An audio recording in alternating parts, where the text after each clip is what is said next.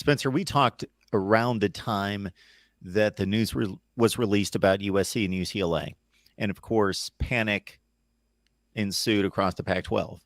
And panic is different based on the expectations of the program and so forth. So, true panic in places like Pullman, Washington, and Boulder, Colorado, because of the state of the program. With Oregon fans, of course, being at the top of the heap, it's more, okay, there's panic, but there's also some level of optimism or hope that we can break free and we can be the next one that's going to get picked off by the Big Ten, let's say, for example. Now that things have settled down, I'm sure there's still a level of concern as to, where's the Pac-12 going to be in all of this. But with this 12-team playoff coming soon, and as long as the Pac-12 remains and keeps its Power 5 status, then there is going to be automatic entry for the champion into the college football playoff. You receive feedback from Oregon fans and then have your own thoughts about the situation. Where do you see all this headed, and how confident do you feel in Oregon retaining its status, considering there's a depleted Pac-12? Well, I'll open myself up for bludgeoning in the comments first by saying I can't stand the 12-team playoff. It drives me absolutely nuts. I am totally against. And if you ever want to talk with me about that, those are my Twitter handles below. You can hit me up anytime, and I'm happy to explain. But I think for Oregon, there was more of a concern early, because the question we were all asking when USC and UCLA left was, well, wait, is this conference even going to survive? Is it just going to die out? But time has passed, dust has settled a little bit, and I think the Deion Sanders hire at Colorado is pretty notable, because if he can make that team that is not exactly last, they're not near the top, but they're far from the bottom in terms of viewership in the Pac-12 and program pedigree and respect, because of what they were in the 90s, right? Every year, you get further away from that. It can be tough to cling to that sort of brand power, but I think it still exists at some level. And if he can make them into a perennial Pac-10, Pac-12, whatever you want to call it, contender, then I don't think the pedigree of the conference actually drops off very much. Now, it's not a given that he will do that. It is a given because we are watching it happen in real time. He's going to be able to acquire high-level talent. He's going to be able to bring in big-time recruits. Translating that to on-field results is different. It is another level. Just ask Texas A&M, for instance. It's not all about talent, but the best teams in the country recruit at a high level consistently, and that's not an accident. So he's got that box checked, but now has to show that he can go toe-to-toe with his coaches and staff and, go up against Pac-12 coaches, of which there are a lot of really, really good ones. But I'm not concerned at all about the Pac losing its Power 5 status. There will be, I think the perception will be much worse than the reality, because the perception will be, oh, you're losing a big TV market. You're losing it, which you are. You're losing your biggest TV market. It's a gut punch to the conference, to be sure. However, if you're just looking at it from a football competitiveness standpoint, people would say, well, you're losing USC, you're losing UCLA. I mean, those are just huge brands to lose. Well, UCLA has played in 2 Pac-12 title games. USC has played in, I think, 3. They might have played in another one if they hadn't been on probation back in 2011. But USC went down in the dumps in 2021, going 4-8. UCLA that year was a solid 8-4, but nothing special.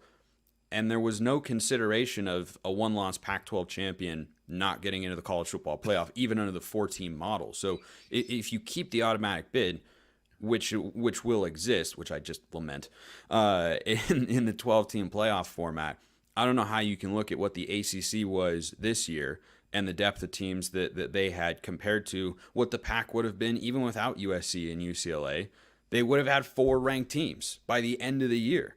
You would have had 4 10-win programs by the end of the year who did very well in bowl games, might I add. USC and UCLA, not so much. So the 10 remaining teams right now were Oregon, Oregon State, Utah, Washington that had 10-win campaigns. Well, those teams went 3-1 in their bowl games. And so I think you look at what the conference still has and also what it can be. It would be advantageous if a Colorado or a Stanford, I think those are probably the 2 biggest brands that have been down, that have been dormant for the last several years. Colorado, of course, for much longer.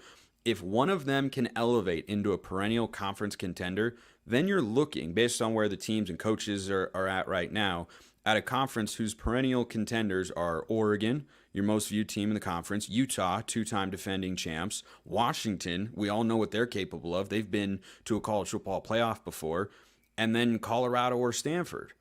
And if you have that supplemented by really solid programs doing a lot of good things like Washington State, Oregon State, and Arizona, and we'll see what Kenny Dillingham can do at ASU. I don't know how you could compare that to what the Big 12 will be once Oklahoma and Texas leave, or the ACC, heck, right now, and say, oh my gosh, they're just miles behind in terms of having a number of good football teams. Like I just don't see that. So, I understood the early concerns of, well, does Oregon need to get to the Big Ten, or are these teams, is this going to happen? But now I look at them like, I think you add a couple G5 schools who could be solid teams quickly or in a few years, and I think you're certainly weaker than you were before, but it's not so depleted that the conference just needs to blow up and it's not a Power 5 and yada, yada, yada. Yeah, the Washington bounce back under Kalen DeBoer That's after the huge. Jimmy Lake debacle, Yeah. that is extremely important. Stanford, as you mentioned, even though it seems light years away, it's only been a decade since they were a top 5 to 10 team in the country year after year after year. And you mentioned Arizona State has certainly been a solid 8 or 9 win program for times during their recent history. So good things are possible there as well. Yeah, and Arizona State is a really interesting team because I think for a long time they've had some really good years. Todd Graham put together, back-to-back 10-win seasons. Herm Edwards had them respectable until 2022 at the very least. Like, they weren't a disaster. They were just never great. They didn't elevate, which is why Herm Edwards was ultimately let go after that terrible loss to Eastern Michigan. But Arizona State is interesting. If you talk to anyone who's covered the Pac-12 for a long time, and I can't say I've covered them for a long time. I've watched them for a long time, and you can put me in this camp for a mindset as well. There is no reason that Arizona State shouldn't be able to be one of the best programs in the Pac-12 from a football standpoint. You have talent in your backyard, much more so than you do in Oregon. You have a proximity to California. You're not that far from Texas. You have an awesome place to go to school. I've been to ASU's campus in Tempe. It's really nice. It's huge, and it's, summer basically all year round.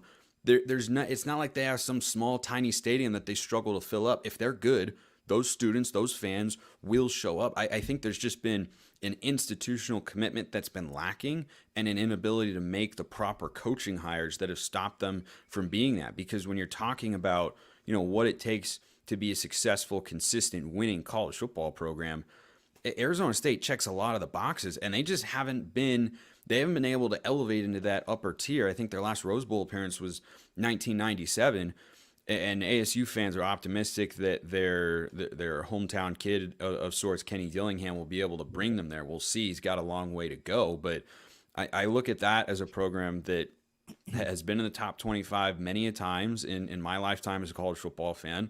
And I see no reason why, if they make an institutional commitment and they make the right coaching hire, and we don't know if Kenny Dillingham is that, I don't see why they can't be a team that can win the Pac-12. They have a lot of the ingredients for it.